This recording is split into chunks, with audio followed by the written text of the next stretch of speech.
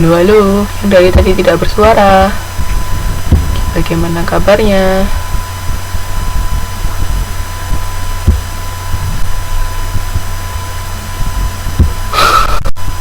Waduh, saya dongeng lah kalau yang lainnya tidur.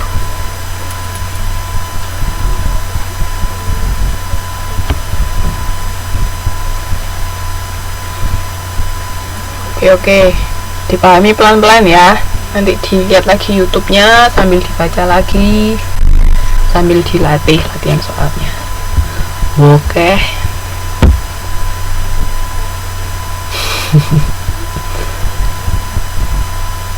Oke, ini akun beban depresiasi sama nih akun akumulasi depresiasi.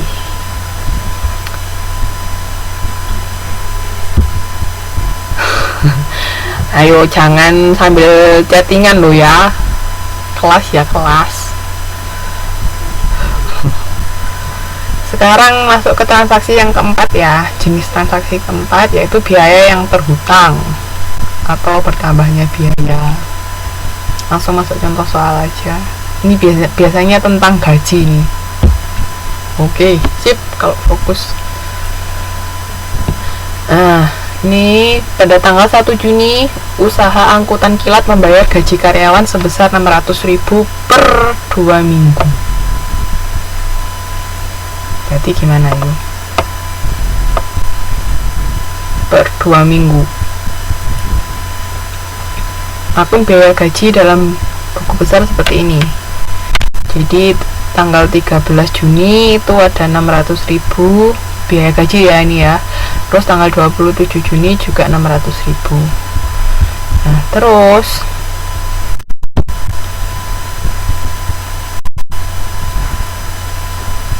perusahaan telah menggunakan jasa karyawan dan belum membayarnya.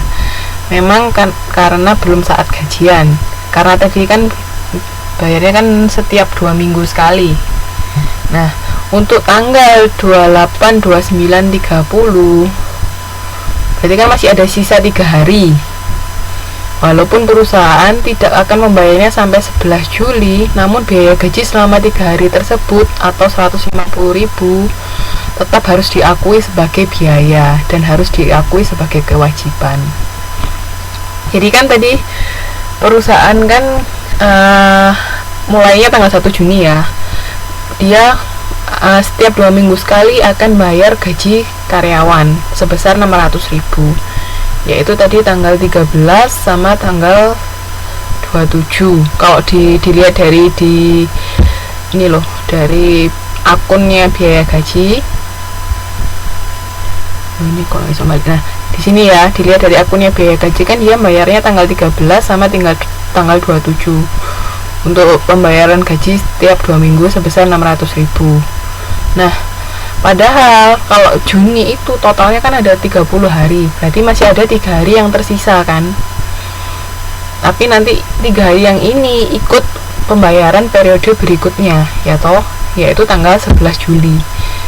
Jadi, tapi kalau dalam pencatatan akuntansi, kita kan mencatat itu di akhir bulan pasti. Nah, 3 hari yang ini itu 3 hari sisa yang belum dibayar ini harus kita catat, yaitu sebagai apa? Ada yang paham nggak? Dicatat sebagai apa 3 hari sisa ini?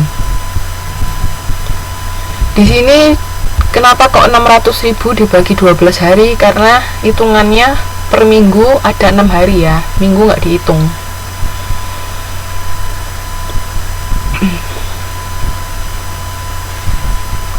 Jadi makanya 600.000 dibagi 12 dikali 3 hari, ketemunya 150.000. Dicatatnya di apa? Diakui sebagai apa?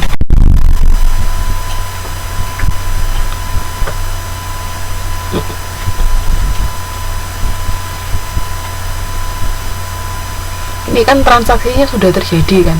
Jadi 3 hari sisa itu mereka sudah kerja, cuman kita belum bayar. Nah, kalau berdasarkan accrual basis, kita mencatatnya kan berdasarkan pada saat transaksi terjadi. Nah, 3 hari ini mereka sudah bertransaksi, yaitu mereka sudah kerja. Makanya tetap harus kita catat sebagai dicatat sebagai beban gaji sama hutang gaji ya. Jadi kita mencatatnya sebagai beban sama utang. Ini sudah kita akui beban kita. Pokoknya ingat, kalau kita mengakui beban itu harus diakui di awal. Tapi kalau pendapatan jangan diakuin di awal, jadi harus diakuin di akhir. Ini kan ada beban, ini sudah kita catat dulu sebagai beban kita pada utang gaji. Nah, nanti kalau pada saat tanggal 11 Juli berarti apanya kita yang berkurang. Ketika membayar gaji untuk 3 hari ini, cara mencatatnya gimana? Apa pada apa?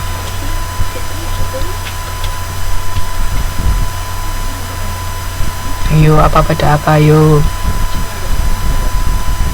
Mbak Yeni belum betul, ada yang salah Mas Ian. Ketika kita membayar gajinya untuk 3 hari ini, cara mencatatnya gimana? Mbak Windy belum betul.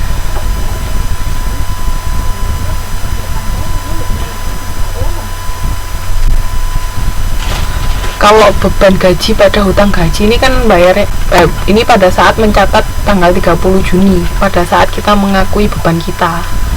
Nah, tapi kalau ketika kita membayar gaji kita ini, membayar gaji karyawan yang 3 hari ini, kita mencatatnya gimana?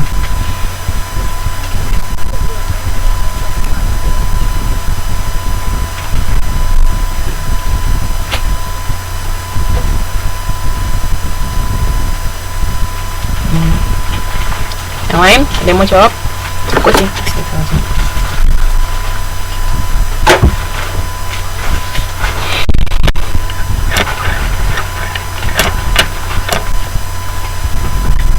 Oke.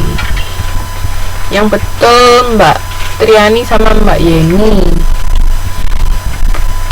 Karena beban gajinya tadi sudah dicatat Mbak, nggak perlu dicatat lagi. Yang didebat harusnya hutang kita, karena hutang kita kan sudah berkurang. Ketika kita membayar hutang kita yang 3 hari ini, berarti hutang kita berkurang, makanya hutang gaji pada kas kita berkurang, hutang gaji kita juga berkurang.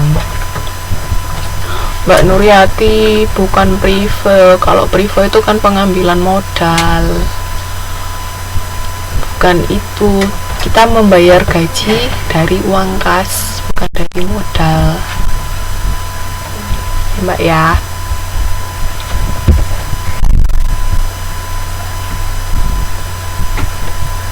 Nah, ini ketika mencatat pada tanggal 30 Juni tadi, yaitu beban gaji pada hutang gaji untuk 3 hari tadi kan 150.000.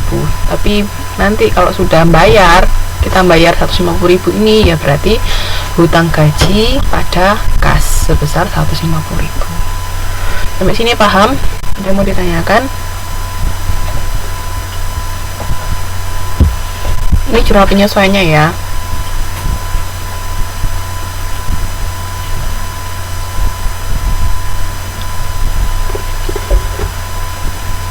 Nah, ini di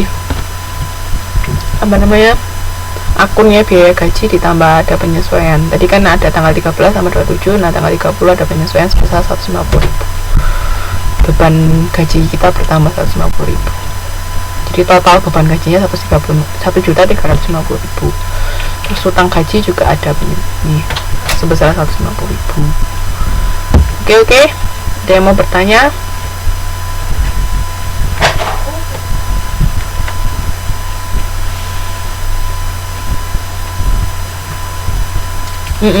Ditulis penyesuaian untuk masing-masing akun beban gaji sama akun hutang gaji, ditulis penyesuaian untuk 3 hari tadi.